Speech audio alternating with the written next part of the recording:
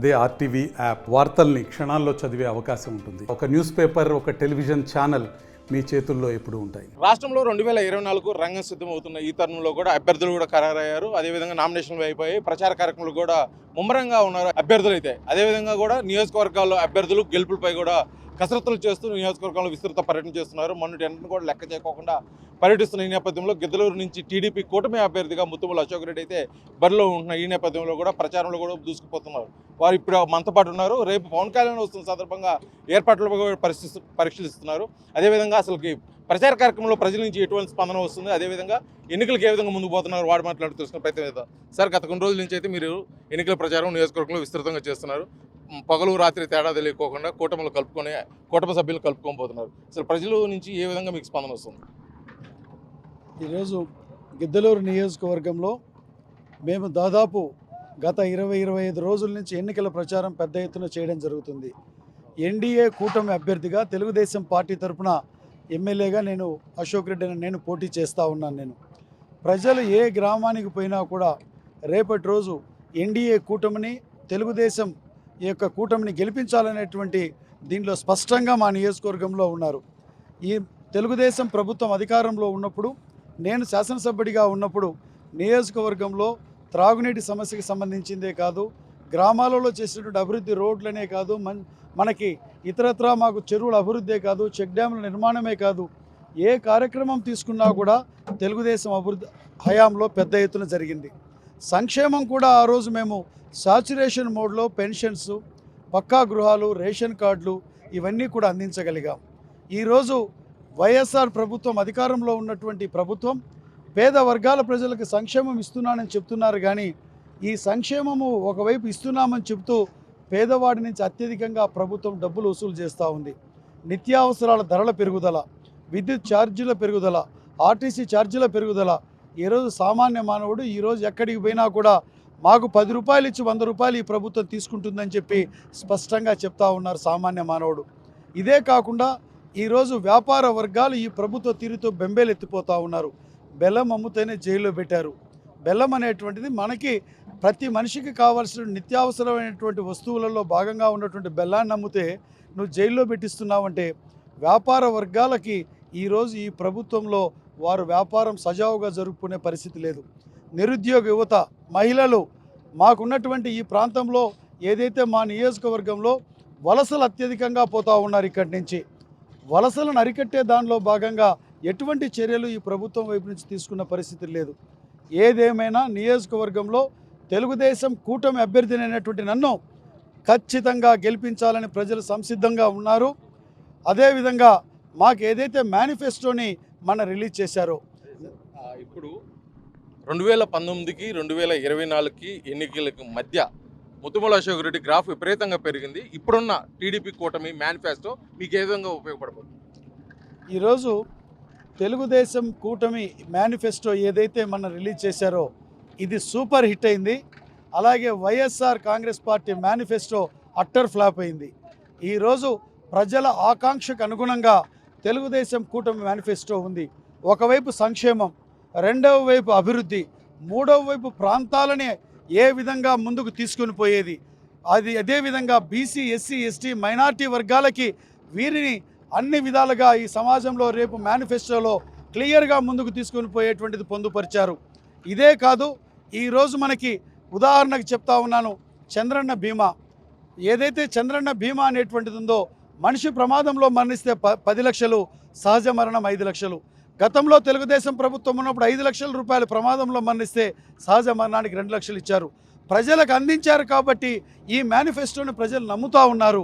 రేపటి రోజు ఇదొక్కటే కాదు, నిరుద్యోగ యువతకు ఉద్యోగాలు కల్పించే విషయం కానివ్వండి, అలాగే వారికి నిరుద్యోగ యువతలకి ఏదైతే యువత ఉన్నారో వారికి నిరుద్యోగ భృతి అందించే విషయం కానీ ప్రతి కార్యక్రమం ఈ యొక్క మేనిఫెస్టోలో ఉండడంతో ప్రజలు స్పష్టంగా ఉన్నారు. తెలుగుదేశం ప్రభుత్వం ఉన్నప్పుడే అభివృద్ధి, సంక్షేమం ఉందండి. తెలుగుదేశం ప్రభుత్వం అధికారంలో ఉంటేనే మాకు ఉద్యోగ ఉపాధి అవకాశాలు వస్తాయని చెప్పి ఈరోజు చదువుకున్నటువంటి విద్యార్థులు కానివ్వండి, లేకపోతే ఉపాధి కోసం ఎదురు చూస్తున్నటువంటి వ్యక్తులకు కానీ సంపూర్ణమైన నమ్మకం, భరోసా తెలుగుదేశం కూటమి మీద ఉందని నేను తెలియజేస్తా ఉన్నాను. రేపటి రోజున పవర్ స్టార్ పవన్ కళ్యాణ్ జనసేన అధినేత కూటమిలో భాగంగా కూడా ఇక్కడ ప్రచార కార్యక్రమానికి వస్తున్నారు. ఎటువంటి ఏర్పాట్లు చేస్తున్నారు, అసలు ఇక్కడ ఏం జరగబోతుంది టీడీపీ కూటమి తరఫు నుంచి? ఈరోజు పవర్ స్టార్ పవన్ కళ్యాణ్ గారు మా నియోజకవర్గ పర్యటనకి రేపు మధ్యాహ్నం ఇక్కడికి రాబోతూ ఉన్నారు. ఈరోజు రాష్ట్ర వ్యాప్తంగా పవన్ కళ్యాణ్ గారు అంటే ఈరోజు రాష్ట్రంలో ఆయనకు ఏదైతే ఈ రాష్ట్ర అభివృద్ధి కోసం కూటమిలో ఆయన చేరింది ఈరోజు అధికారం కోసం కాదు, రాష్ట్ర ప్రజలు గెలవాలి, రాష్ట్రం బాగుపడాలనేటువంటి దానిలో భాగంగా తెలుగుదేశంలో ఈరోజు జనసేన బీజేపీ కూటమి కలిశాయి. ఈరోజు అధికారం కోసం మాత్రం కాదు, ఒక వ్యక్తి ఆయనకు స్పష్టమైనటువంటి విధానంతో ముందుకు పోతూ ఉన్నాడు. ప్రజలకి మేలు జరగాలి, ప్రజలకి అన్ని విధాలుగా ప్రజలు గెలవాలనేటువంటి తపనతో ఈరోజు కూటమిలో ఆయన ఈరోజు కలవడం జరిగింది. రేపు మా నియోజకవర్గానికి ఇక్కడ రావడం, ఇక్కడ ఏదైతే జన సైనికులు ఉన్నారో జన సైనికులు ఖచ్చితంగా ఆయన యొక్క పర్యటనతో ఉత్తేజితులవుతారు, ఆయన పర్యటనతో స్ఫూర్తిదాయకంగా ముందుకు పోగలుగుతారు. వారే కాదు, తెలుగుదేశం పార్టీ శ్రేణులు, బీజేపీ శ్రేణులు అందరికీ కూడా ఆయన పర్యటన అనేటువంటిది ఖచ్చితంగా మాకు పెద్ద ఎత్తున ఈ నియోజకవర్గంలో నా గెలుపుకు ఉపయోగపడుతుంది. అది మాకు స్ఫూర్తివంతంగా ఉంటుంది. ఏదైతే 3 పార్టీల క్యాడర్ని ఉత్తేజపరుస్తుందనేటువంటి విషయంలో మాకు సంపూర్ణమైన నమ్మకం ఉందని తెలియజేస్తా ఉన్నాను. నేను చివరిగా ముత్తుమూల అశోక్ రెడ్డి టీడీపీ కూటమి అభ్యర్థిగా గిద్దలూరు నియోజకవర్గ ప్రజలకు సొంత ఎజెండా ఏమైనా ఉందా? అభివృద్ధి కార్యక్రమాలు, అదేవిధంగా సంక్షేమ ఫలకాలు, అదేవిధంగా దీర్ఘకాలికంగా ఉన్న గిద్దలూరు సమస్యలు పరిష్కరించేందుకోసం ఈరోజు మాకు ఇక్కడ ఈ ప్రాంతంలో ఈ నియోజకవర్గంలో నాకున్నటువంటి రేపు శాసనసభ్యుడిగా నేను గెలిచిన తర్వాత నాకున్నటువంటి వ్యక్తిగత అజెండా ఏమిటంటే త్రాగునీటి సమస్య మాకు అత్యంత ప్రాధాన్యతమైన సమస్య.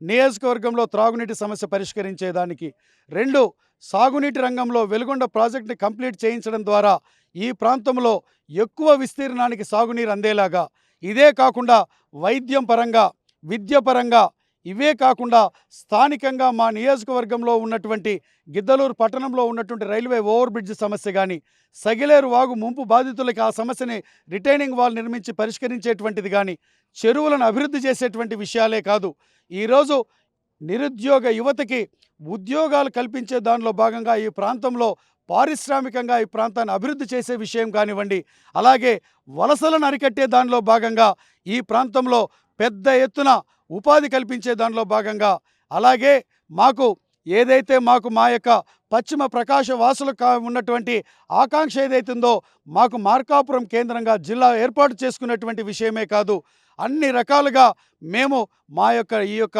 అజెండాతో మేము ముందుకు పోతా ఉన్నాం. ఏది ఏమున్నా కూడా రేపు తెలుగుదేశం కూటమి రేపు గెలిచిన తర్వాత మా నియోజకవర్గం పూర్తి స్థాయిలో చంద్రబాబు నాయుడు గారి నేతృత్వంలో, అలాగే పవన్ కళ్యాణ్ గారు, అలాగే ఏదైతే బీజేపీ నేతృత్వంలో మేము అభివృద్ధి చేసుకోగలుగుతామనేటువంటి సంపూర్ణమైన నమ్మకం ఉంది.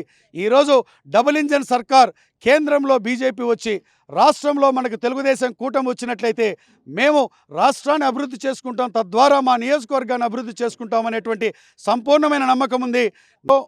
పోటీ జరుగుతున్నటువంటిది స్థానికుడిని నేను, నా మీద నిలబడుతున్నటువంటి ప్రత్యర్థులు ఎవరైతే ఉన్నారో వాళ్ళందరూ కూడా స్థానికేతరులు. స్థానికంగా ఉన్నటువంటి వ్యక్తి అయినటువంటి నేను గెలిచినా ఓడినా ఈరోజు నిరంతరం అందుబాటులో ఉన్నాను. ప్రజలు ఈరోజు స్పష్టంగా ఉన్నారు, మీరు ఉన్నప్పుడే నియోజకవర్గం అభివృద్ధి చెందింది, మేము సమస్యలు చెప్పుకోగలిగాం, నువ్వు స్థానికుడివి, స్థానికేతరుల యొక్క పరిపాలన మేము గతంలో చూసాం, మాకు స్థానికేతరులు వద్దని నియోజకవర్గ ప్రజలు అంటున్నారంటే నేను ఒకటే మాట చెప్తా ఉన్నాను, ఈరోజు జరుగుతున్నటువంటి పోటీలో స్థానికులకి నా ప్రత్యర్థులు ఎవరైతే నిలబడ్డారో స్థానికేతరులకు మధ్య పోటీ జరుగుతూ ఉంది. నియోజకవర్గ ప్రజలు స్థానికుడైనటువంటి నన్ను, అందుబాటులో ఉండేటువంటి నన్ను ఆశీర్వదించేదానికి ఈరోజు స్పష్టమైన అభిప్రాయానికి వారు వచ్చారనేటువంటి విషయాన్ని కూడా నేను తెలియజేస్తా ఉన్నాను. ఇది మొత్తానికి గిద్దలూరు నియోజకవర్గ టీడీపీ కూటమి అభ్యర్థిగా ఉన్నటువంటి ముత్తుమూల అశోక్ రెడ్డి ప్రచారంలో భాగంగా కూడా ప్రజల నుంచి మంచి స్పందన వస్తుంది. 2024 సార్వత్రిక ఎన్నికల్లో ఖచ్చితంగా టీడీపీ కూటమి అయినటువంటి అభ్యర్థి అయినటువంటి నాకు సరైన ఓటు వేసి, అదేవిధంగా అభ్యర్థి అయినటువంటి మాగొట్ట శ్రీనివాసరెడ్డికి ఓటు వేసి ఖచ్చితంగా గెలిపిస్తారో ఆ హామీ అయితే ఉంది. అదేవిధంగా గిద్దలూరులో తిష్ట వేసిన దీర్ఘకాలిక సమస్యల పరిష్కారం కోసం అయితే నేను గట్టి ప్రయత్నం అయితే చేస్తాను, అవి పరిష్కరించే మార్గంగా కూడా నేను ముందుకు పోతానని చెప్పేసి గిద్దలూరు ప్రజానికానికి రేపు జరగబోతున్న పవన్ కళ్యాణ్ పర్యటన కూడా విజయవంతం కావాలని చెప్పేసి ఆకాంక్షిస్తున్నారు ముత్తుమూల అశోక్ రెడ్డి. వీడియో జర్నలిస్ట్ లక్ష్మణ్తో శ్రీనివాస్, RTV గిద్దలూరు, ఉమ్మడి ప్రకాశం జిల్లా. నమస్తే అండి.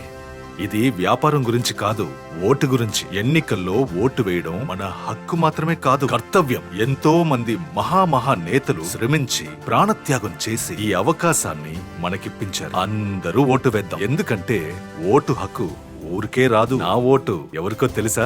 అది సీక్రెట్ అండి.